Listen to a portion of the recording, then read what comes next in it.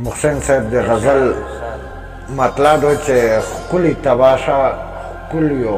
سم تباه کړو ښکلي تباشه ورسنده ښکلو سم تباه کړو په نوم د مینې عالم تباه کړو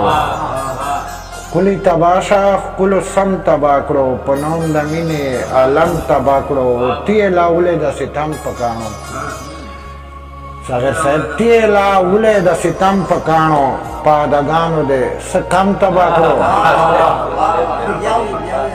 تیلا ولې د ستم په کاڼو پادګانو دې څه کم تباه کړو او ټول پښتانه چې سره یو موټی شي ټول پښتانه چې سره یو موټی شي په دې کلام مې خپل کلام تباه کړو ټول پښتانه چې سره یو موټی شي په دې کلام مې خپل کلام تباه کړو ما ویل چې روغ به شي خو نه رغېږي ما ویل چې روغ به شي خو نه رغېږي زخم د زړه مې په مرهم تباه کړو ما ویل چې روغ به شي خو نه رغېږي ما ویل چې روغ به شي خو نه رغېږي زخم د زړه مې په مرهم تباه کړو او محسن صاحب چېرته په خیال کې دې راځي او که نه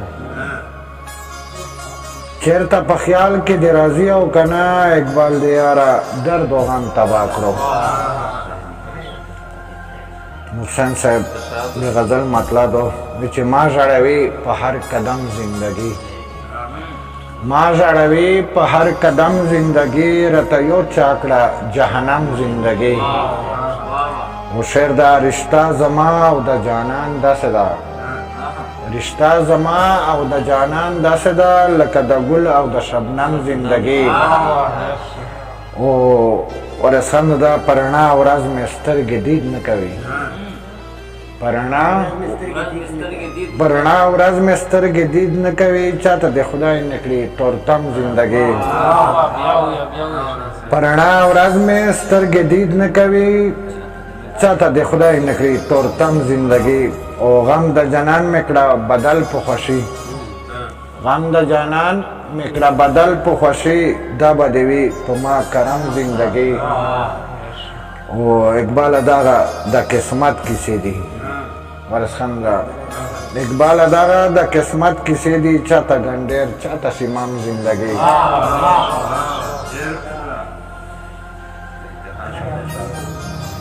وایي چې څوک چې بې ضمیره شي خټه یې حقیره شي څوک چې بې ضمیره شي خټه یې حقیره شي او زړونه دې وباسمه پریم دې بې تصویره شي څوک چې بې ضمیره شي خټه یې حقیره شي و شعر ده چې زړونه دې وباسمه فریم دې بې تصویره وي ته دې نه وی په شا او مخ یې ورکوه بهي ورسخانده ده مخ یې ورکوه بهي مینه چې سوالګیره شي او وصال صاحب درشمه چې نشه را درشمه چې نشه را صبر به زنځیره شي او صغیر صاحب تانه به لاس وانخلم تانه به لاس وانخلم سپینه دې کژیره شي